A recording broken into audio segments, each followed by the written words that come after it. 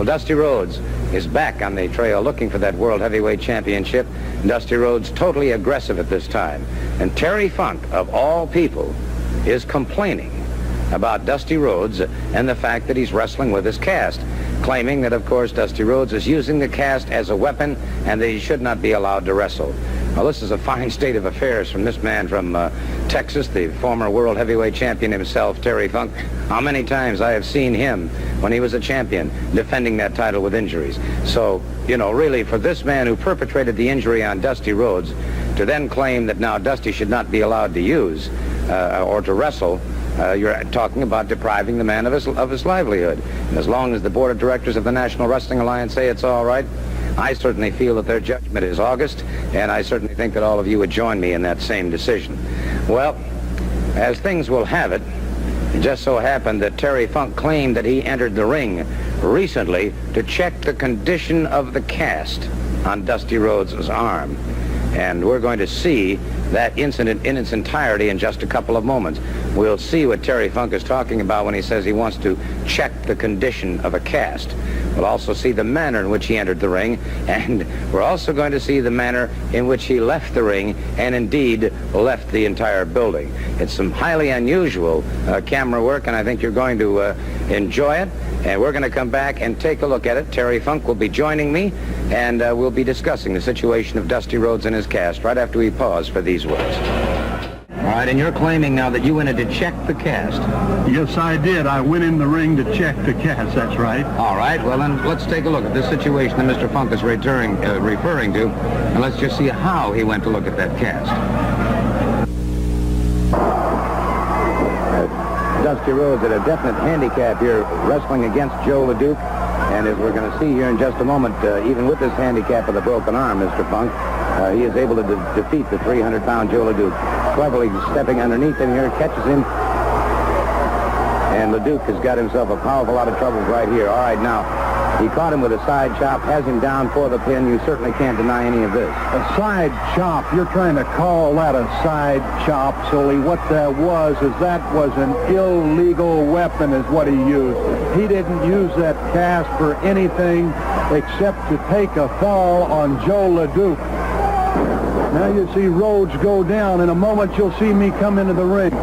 You'll see me go ahead and come up there, because what I want to do is I want to examine the consistency of that cast. And what I realize is that in the state of Florida, if you want to examine anything on Dusty Rhodes, if you want to question anything, you had better clear the ring. You saw me clear the ring of brown sugar right there. Now you see me take the referee and get him out of there, because I realize that the man would try to stop me from taking a look at Rhodes at all. Now I'll turn back around here and I'll come back to Rhodes, and what I'm trying to do is tell the people that the man is using the cast. He is using the cast for an illegal weapon. Now, if you remember one time he used something, I was lifting the leg so everybody in the whole audience could see it, and I'll admit that I went ahead and saw that leg, and I thought I'd go ahead and just go around on it one time, but you saw what Rhodes did to me. He hit me with that cast, and you saw it drive me straight up in the air, 1.5 feet. Again, you see him hit me with that cast. Look what the man is doing to me. He's not trying to go ahead and defeat me. He's not trying to wrestle me. What he's doing is to try to put me out of commission. There you saw him completely destroy a wooden chair with that cast. He's using it as a weapon. Now look at the man. I'm trying to go ahead and get out of the ring to the best of my ability just to get away from him, because I realize that I'm overmatched whenever you get into the ring and the fella has a weapon. I mean a weapon that he should be thrown completely out of wrestling for. I've said it before and I'll say it again. As far as I'm concerned, whenever it comes to wrestling, the man is a buffoon. He is a buffoon, an overbearing buffoon, an egg-sucking dog. You see the blood on that cast? He hasn't touched me with one other thing. He hasn't tried to wrestle me. I pick up that chair in self-defense. He drives me back down into the mat. Now I'm just trying to look for escape. Look for escape from not Dusty Rhodes, but from a weapon. Right here you see him trying to drag me, spin me back around to hit me again. Sure enough, he does. How many times has he hit me? Anybody else, any common, average human being, anybody else that wasn't a tremendous athlete would be headed for the hospital right now. That's where they'd be headed, but not me. I'm still trying to go ahead and figure out what in the world is going on. I'm dazed at this time. You see him again. You see him again, and you see all of the people out there. Do you think that they would come to my aid? Do you think that they would help me in any way at all? No, they won't help me. Right there, I collapse over the top of that railing, and I go down. Rhodes follows me back out. He's not satisfied. He's going for, what's he going for? He's going for my life. He's going for it completely. There you see me, just trying to escape, trying to get away from him in any way that I possibly can. There you see me, I'm back here. Well, I must say at this point, Mr. Funk, that you've interfered after a match was over, and I'm sure that a lot of people right now must feel that you got a taste of your own medicine. Bringing that belt into the ring is certainly a weapon also. Bringing that belt into the ring? I didn't even use a belt. I was just trying for a little self-defense. This is nothing but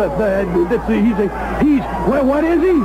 He's a redneck Floridian, that's what he is. He's the last of the crackers. He's the last of the crackers. That's what Rhodes is. I'm trying to get away. I know that he's going to be coming through that crowd at any minute. So I head out the front door. I head out the front door. These mobs of people come after me. I'll challenge any one of them individually. I'll go ahead and I'll wrestle all night long and into the wee hours of the morning. Wrestle. But this isn't wrestling. Now, well, there you have it, and Mr. Funk disappears in the night.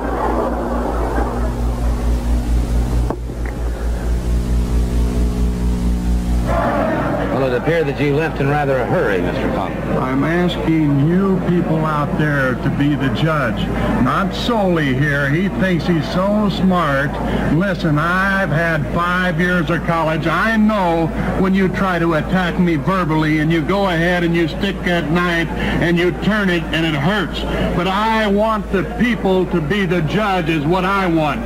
Like I said before, this man here has a problem. His brain is pickled. That's what this man's problem is. I can insult you too. Dusty Rhodes can come on television and insult me.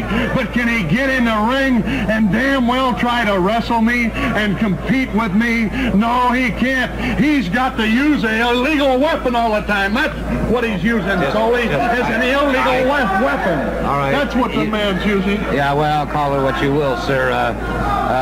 The Florida State champion. This man has a lot of room to talk about anything, that is for sure. Let's turn it over to our ring announcer, please.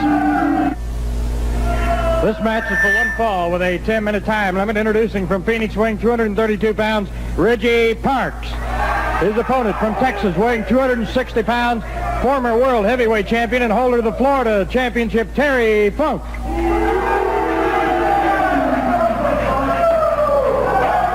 Terry Funk, well, you've heard him. Reggie, and as Parks started to back away, it was Funk charging Reggie Parks. Reggie Parks hurtled through the ring ropes, and it's Funk right outside the ring, right after him, smashing him on the ring apron. And Funk, a picture of absolute total rage and fury. Parks moving back into the ring. Terry Funk sweeps the leg, goes into the spinning toe hold. Has the spinning toe hold on Reggie Parks, and the referee checking, and he's calling for the bell. Reggie Parks conceding. Reggie Parks conceding to the spinning toe hold, and there you see a thoroughly enraged Florida heavyweight champion, Terry Funk, but nonetheless he was victorious in a hurry over Reggie Parks.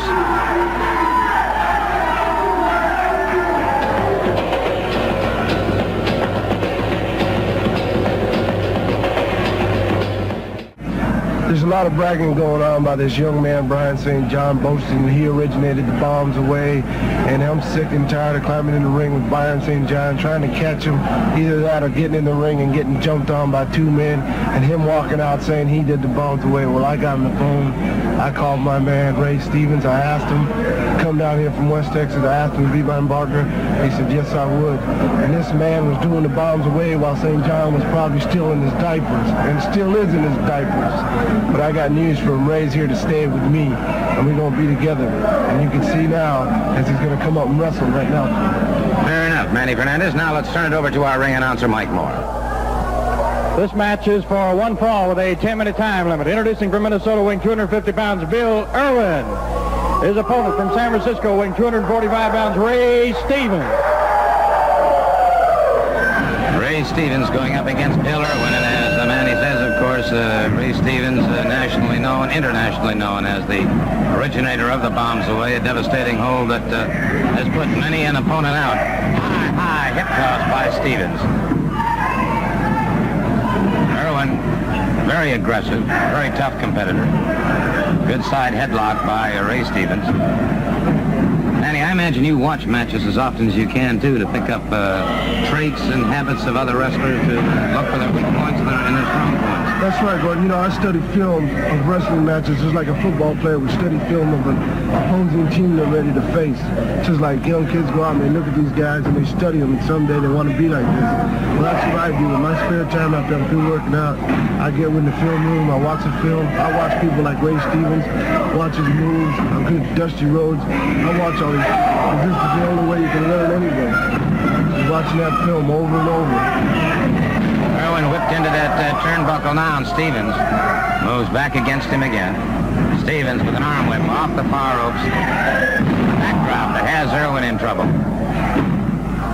That lumbar region has to take an awful lot of punishment out from the back and full body slams like we just saw. It sure does. It takes a lot of punishment. It takes some wind out of you. Lets the man get an upper hand on you. As you can see, Ray Stevens using all scientific moves. The man is climbed. The man is own way. You don't need to change his style. He's got a super style, and it's all scientific. There you have it. Ray Stevens emerging victorious, and let's go over there and talk to him for just a minute, Manny.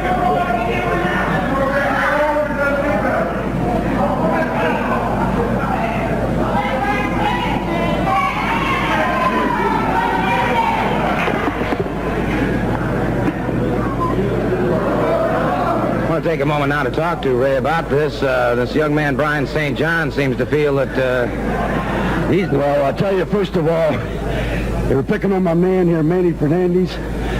He's a good friend of mine from Texas, and he called me up and told me he needs a little help. And this St. John claims that he is the greatest with the bombs away. Well, let me tell you something.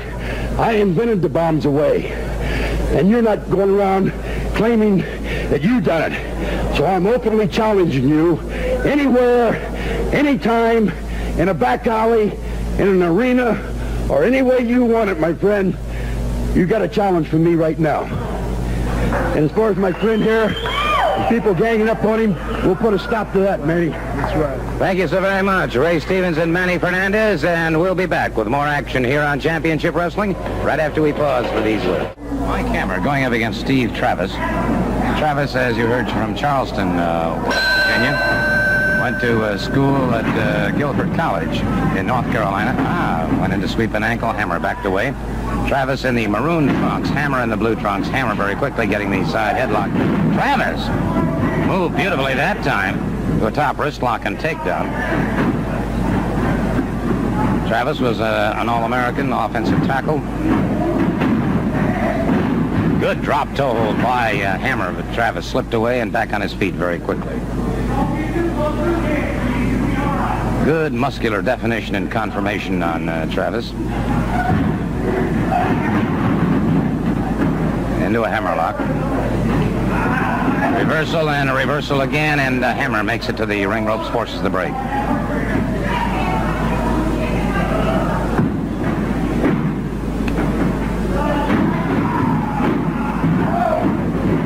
Moves into the hammerlock once again, and it is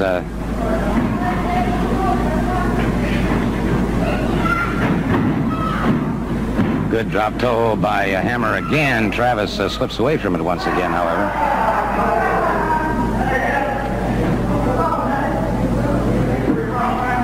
Travis, of course, good duck under, go behind, high waist lift takedown. Maintaining a ride now on Hammer. Hammer back to his feet. Hooked that arm with a takedown, but Travis, equal to the task, went right into a head scissors. Oh, Travis. A counter wrestler. He has an excellent counter. Hammer trying to come out of it, but Travis keeps him trapped.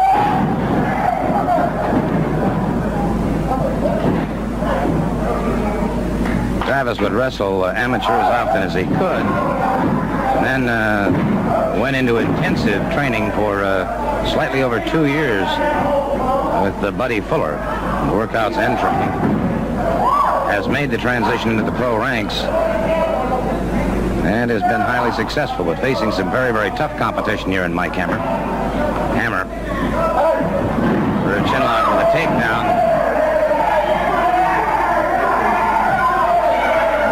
Referee warning Hammer again. Hammer getting some extra leverage, but the referee caught him that time, forced the break. It's Hammer driving a knee into the middle of the spine of Travis.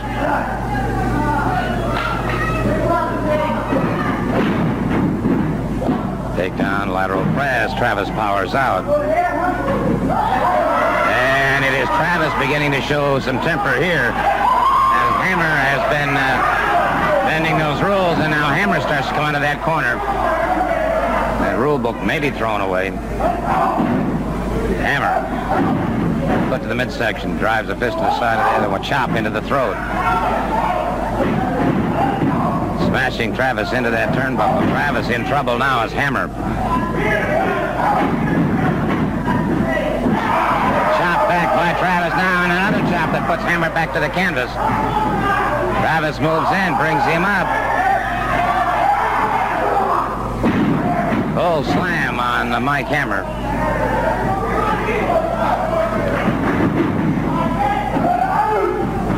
Backdrop. Hammer comes out of it once again.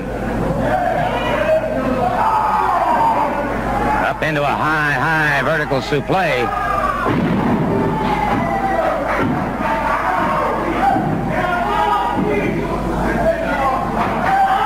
Going into a full Boston Crab. A full Boston Crab by Steve Travis.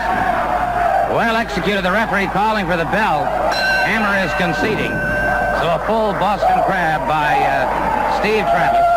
And a fine victory in his television debut here on Championship Wrestling from Florida.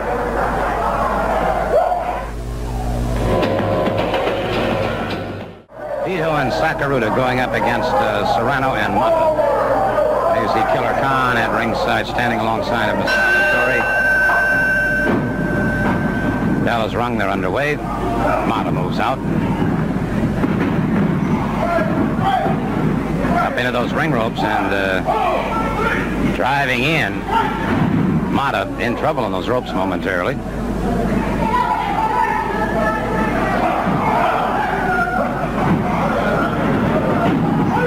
Up the ropes, caught him with a good shoulder smash, drove him to the canvas. Time he drops down. And it was Mata. Way ahead of his man there. Brings him up another. Head scissors takes him off his feet.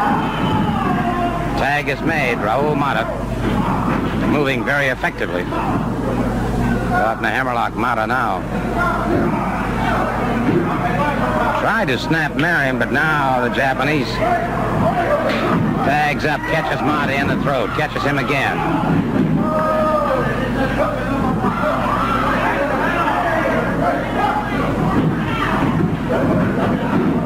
Mata taken off his feet to the canvas.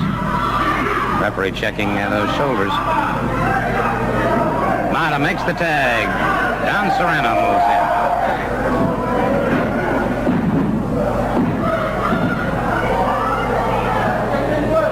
Match of considerable international flavor here.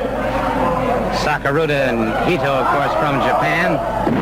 Serrano from Puerto Rico, and Mata, of course, from Mexico.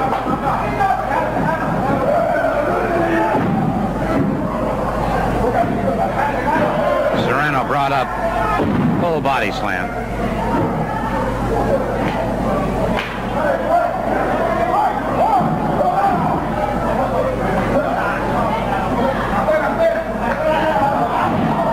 Brought off of those shoulders down into his midsection. Serrano having problems now. The tag is made once again. Puts him into a backbreaker. Serrano. A little slowly that time. A snap mare to the canvas. Tag is made. Raul Mata moving back into the ring.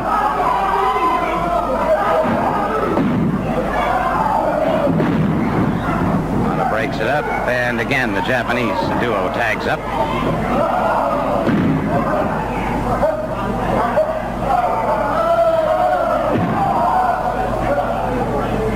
Working on the legs now of Raul Mata, trying to slow him down. They realize the capabilities of this man, Mata. Good move by Mata that time. Into a beautiful takedown. Single leg pickup now. That's Mata back on the canvas. Into a toe hold.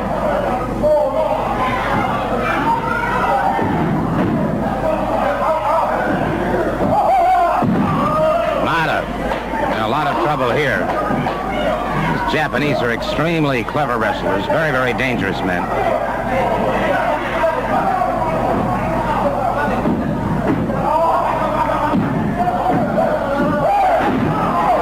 See here double teaming just before that count of 4.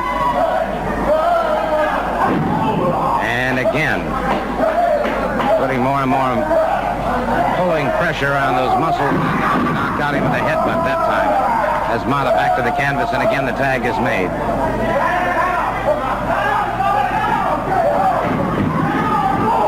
Caught him coming in with a knee to the midsection off that arm whip.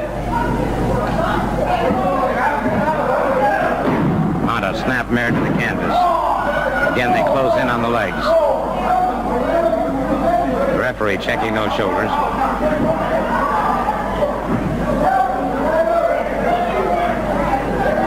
Mata trying to get over, reaching out, trying to tag. Again, dragged away from his own corner. The tag is made.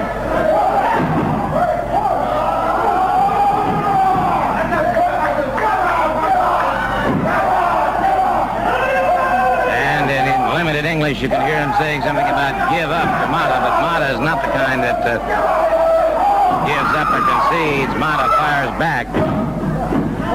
Again, the tag is made, and so Mata has been trapped in this ring for a long time now, while the Japanese team has been tagging in and tagging out. Lower right-hand corner of your screen, you can see Killer Khan and Masao Hattori watching very, very carefully and intently as to what's going on. Mata trying to turn the tide here.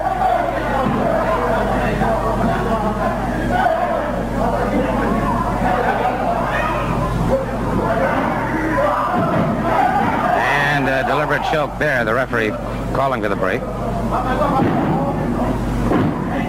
Again, the tag is made, and again, Mata unable to get to his own corner.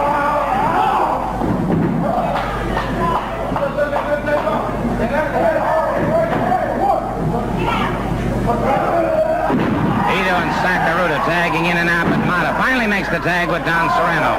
Serrano moves in, lefts and rights, catches him in the chin, good forearm across the chest. Backdrop by Don Serrano. Serrano drives that knee into the chest. Inverted press. Powers out. Serrano whips him into the turnbuckle. Serrano charges him. Caught from behind.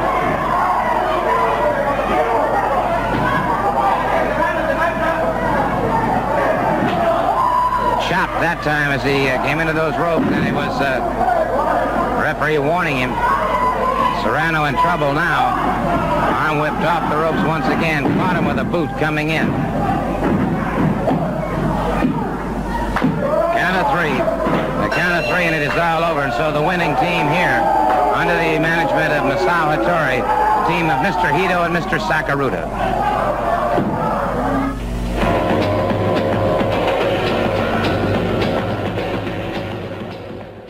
The Briscoes could at least afford to spend some money and go get some hair plugs. Jack Briscoe with his bald head, he looks ridiculous. How can anybody ever call me Jack Briscoe? Get the camera on the back of my head. How can anybody ever dare to refer to me as Jack or Jerry Briscoe?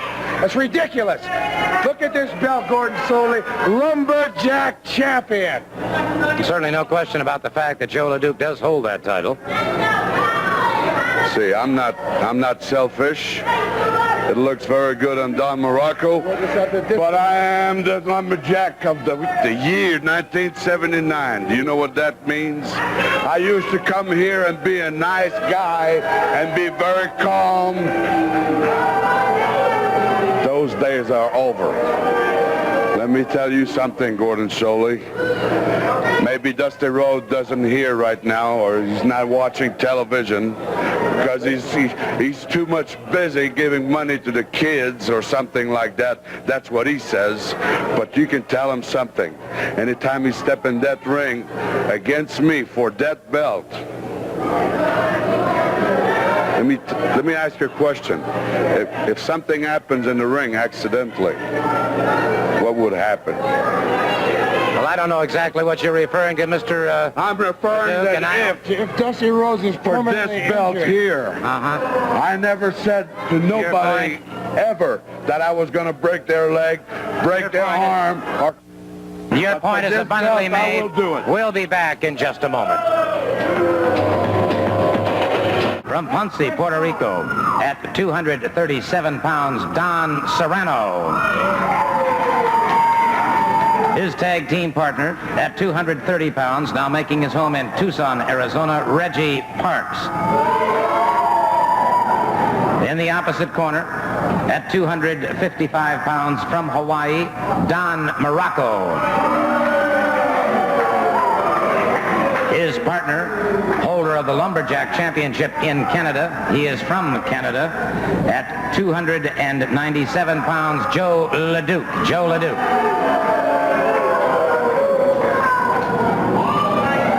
There's Don Muraco, co-holder of the United States Tag Team Championship, and Jos LeDuc obviously very, very proud of that Lumberjack belt, Jack. Yes, I suppose he is, Gordon, and I have to hand it to him. To be the Lumberjack champion of Canada, you got to be a very good man, because there's big people up there and a lot of trees to chop down, and it's pretty tough going. LeDuc is the champion. Certainly no question about that. He's known as a Canadian freight train, and for ample reason. There's the bell, and it's Reggie Parks moving out first against Jos LeDuc. Parks, a classic study in muscular definition and conformation. That's true. I've known Reggie ever since I started professional wrestling, and Reggie's always been one of the most knowledgeable men of different wrestling holds and strategy as anyone I've ever seen. The voice you may have heard out in the background was that of the magnificent Muraco guiding Jack Briscoe. There you see Muraco watching. Back in that far corner, Reggie Parks. Getting set, moves in, no, slides away, now moves in, good duck under, go behind, into a full Nelson by Parks. And this may provide some problems for Mr. LeDuc. Parks keeping that pressure on LeDuc. Obviously girding himself right, does break it. Beautiful standing reversal by Jos LeDuc, and Parks has problems now. You just can't realize the strength of Jos LeDuc until you get in the ring where they actually lock up with him. And the strength this man has is just tremendous. Parks tried to set him for a snap mare. LeDuc broke it up. LeDuc catches him across the throat. Makes the tag now with the magnificent Muraco. As Parks tried to tie him up into those ropes, broken up by the referee, Tommy Boucher.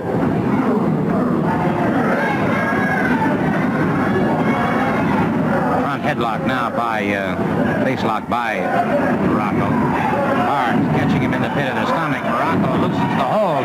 Parks catches him in the side of the head. Muraco staggered. He makes the tag. Ties up Parks while LeDuc comes charging into the ring. Obviously, these two have done a lot of studying together, Jack, because I noticed they're starting as blocking tactics when they tag, and yeah, they've got Reggie in a lot of trouble, and like I said a while ago, they blocked him from tagging out. He was able to make the tag to Serrano, and he was just completely overpowered. Don Serrano now. Ducks under, go behind. Good move. Serrano back on his feet. Bit of psychological warfare by Serrano and LeDuc, who obviously would not have that kind of agility. Makes a mad bull-like rush, but it was Serrano ducking under once again. When you get up against men as strong as LeDuc, you got to try to outmaneuver them. You can't just get head on and expect to come out on top. LeDuc's just too big and too strong. Certainly no question about that. A high knee lift by Muraco's tag in. Serrano firing back, and it's Muraco ripping across the eyes, catches him again. Serrano driven back into the far corner.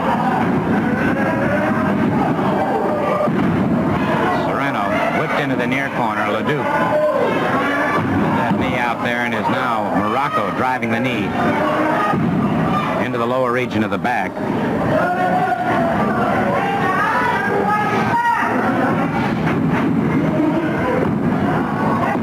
Serrano backdrop by Muraco. It's a shame about Muraco suffering from his identity crisis, because he was a great athlete and had just so much promise going for him, but something happened to the man. He just flipped out, started worrying about his identity, and it is certainly a change of direction in his career. Certainly no question about it, much to the dismay of wrestling fans, but Mr. Muraco has made his bed. He's going to have to lie in it. That's all there is to it. Serrano caught again by LeDuc. The freight train caught him earlier coming off the road and had him pretty badly stunned, smashed into the knee of Muraco once again. Now the tag is made. Muraco, flying drop kick that puts Serrano down. The tag is made. Reggie Parks charging into the ring.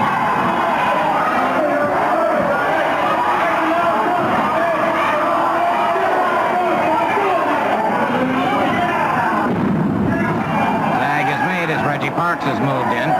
Muraco very quick to tag up, and it is LeDuc caught on the pit of the stomach and caught under the jaw at times. Some double teaming here on Parks.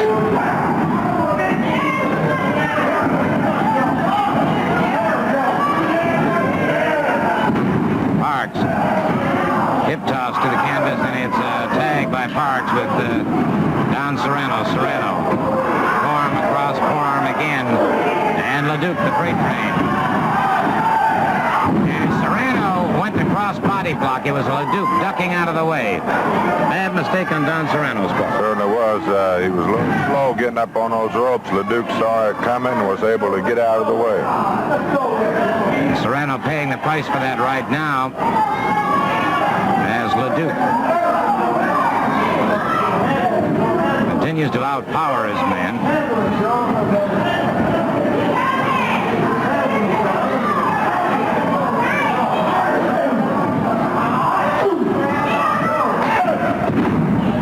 Caught again, a double thrust to the throat now. Tag is made. LeDuc catches him with a boot coming off the ropes.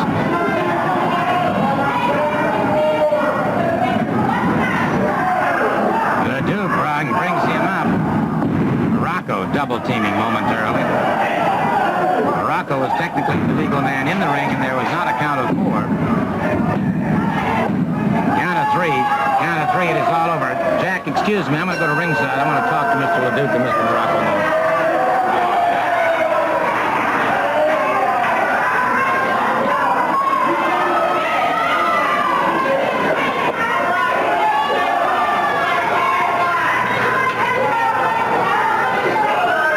I want to take just a moment now to talk to both Don Muraco and to Jos LeDuc.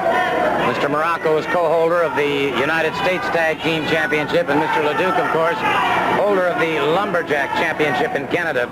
And would you mind explaining to me, Mr. LeDuc, exactly, I realize that is won through a Canadian death match, but what exactly are the rules to that? How did you win the belt? It was not through a Canadian death match.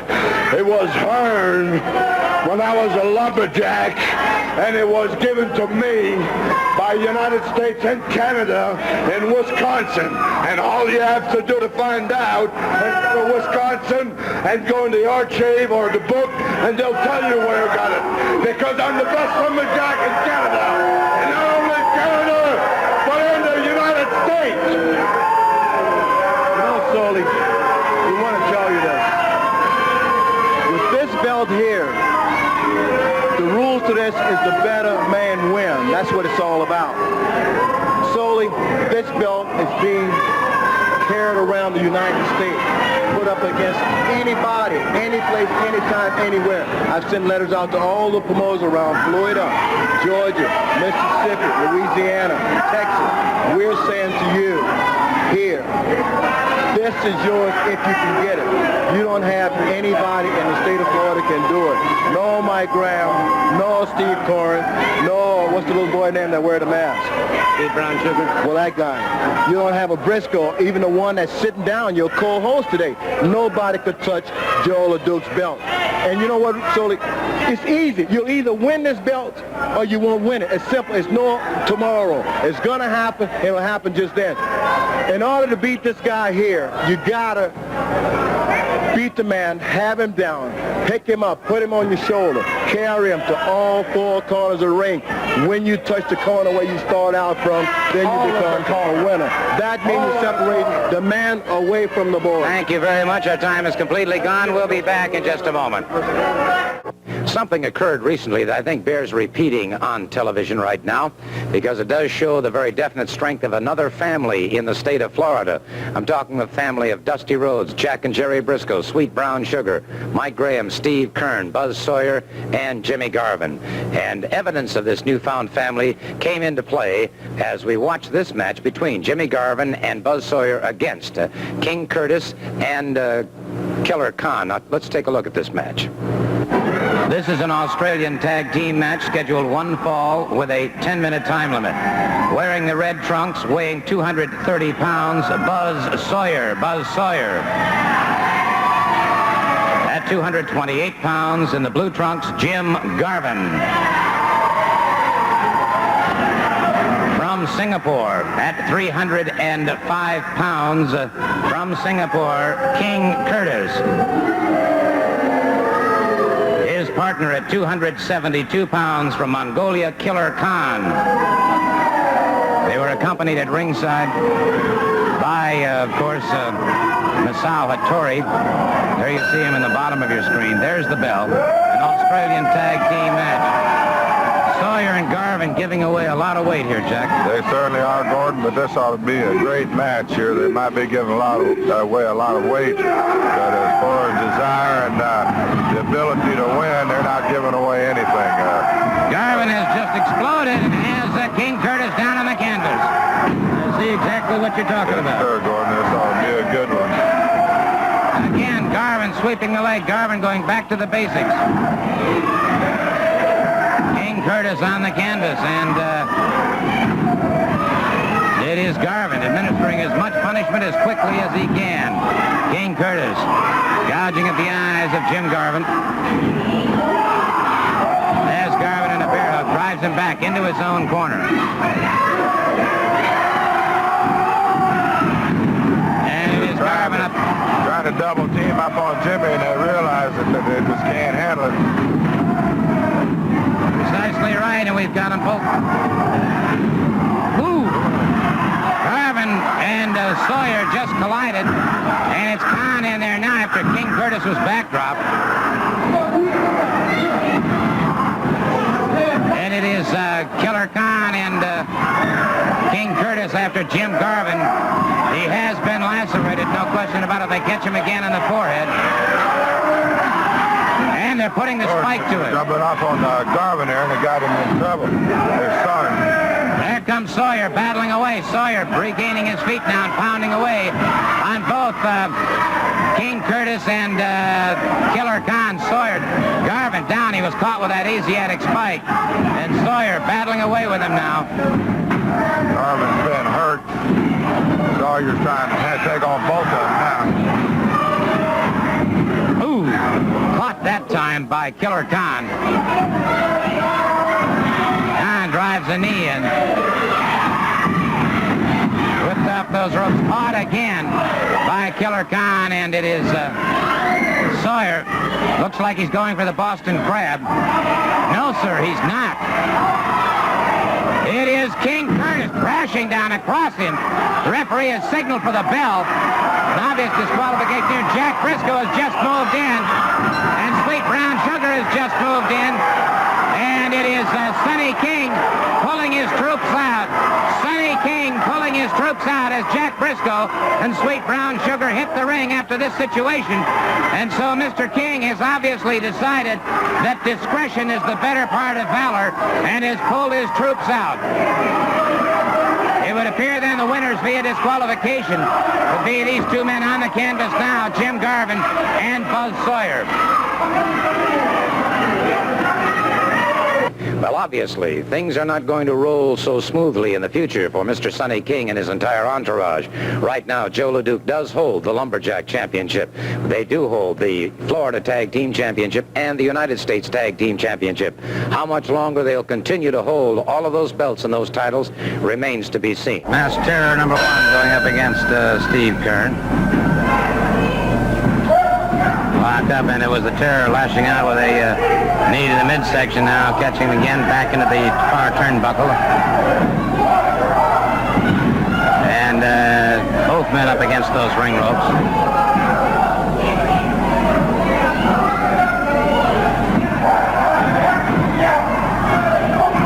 And it is Keirn firing back.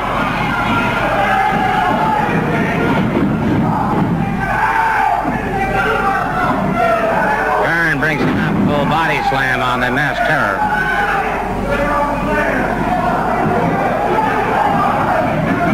Keirn catches him coming off the ropes once again. Keirn again whips him into the ropes. Catches him in the sleeper. Has the sleeper hold on him. And he has him down. He's got that sleeper hold securely clamped around his neck.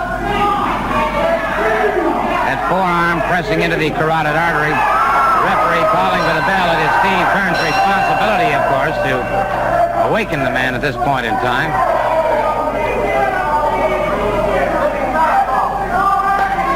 A hard slap behind the heart, and his confidence is back.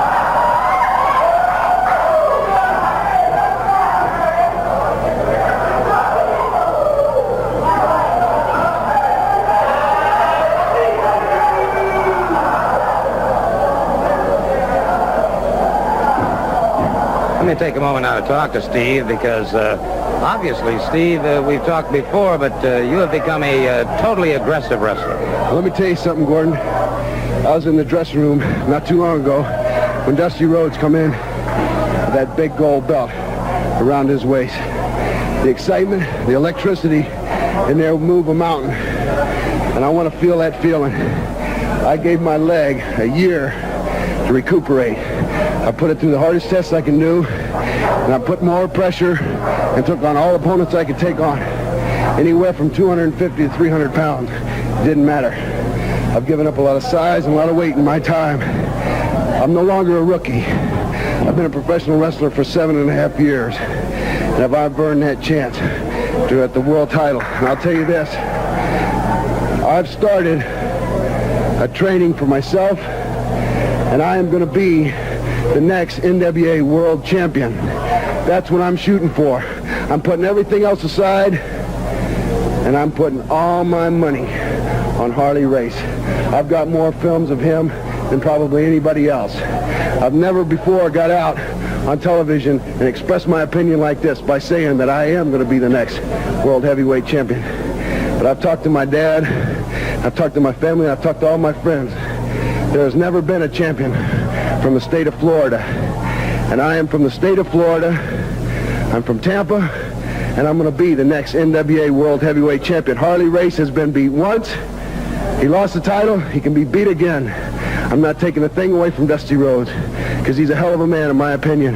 But I was in the dressing room, and I felt the electricity, and I felt the excitement that Dusty Rhodes was having. And I knew in my own mind that that was the goal of my life, is to be the world champion. And I don't care what it takes. I don't care how much training, but I'm putting everything I got into it, my heart and my soul, and I'm bringing this one home for you, Dad.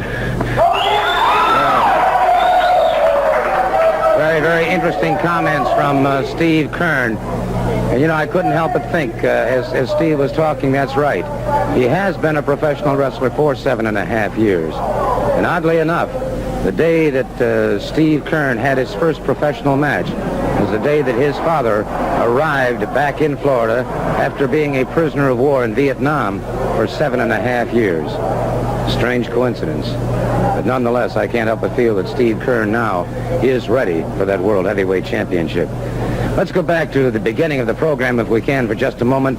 You know, Terry Funk came out and talked about the fact that Dusty Rhodes is using that cast on his arm as a weapon. Dusty Rhodes has the permission from the orthopedic surgeon to be able to wrestle. The NWA has given him permission. It's Terry Funk's fault in the first place that Dusty Rhodes has that cast on his arm. Let's go back and take a look again at Dusty Rhodes and this altercation with Terry Funk. Let's just take a little quick peek, shall we? I was lifting the leg so everybody in the whole audience could see it. And I'll admit that I went ahead and saw that leg, and I thought I'd go ahead and just go around on it one time. But you saw what Rhodes did to me. He hit me with that cast, and you saw it drive me straight up in the air, 1.5 feet. Again, you see him hit me with that cast. Look what the man is doing to me. He's not trying to go ahead and defeat me. He's not trying to wrestle me. What he's doing is to try to put me out of commission. There you saw him completely destroy a wooden chair with that cast. He's using it as a weapon. Now look at the man. I'm trying to go ahead and get out of the ring to the best of my ability just to get away from him, because I realize that I'm overmatched whenever you get into the ring and the fella has a weapon. I mean a weapon that he should be thrown completely out of wrestling for. I've said it before and I'll say it again. As far as I'm concerned, whenever it comes to wrestling, the man is a buffoon. Well, and a lot of other exciting things happening right now, too, with Terry Funk here as the Florida heavyweight champion, Dusty Rhodes on the warpath, and we have men like Ray Stevens here now, also Steve Travis, a very exciting new youngster that I think we're going to be seeing and hearing a lot from in the future, also Steve Keirn and his quest now for the World Heavyweight Championship, and then you have Bugsy McGraw and his weird philosophical meanderings. But that's all the time we have this week. Till next week, Gordon Soley saying so long.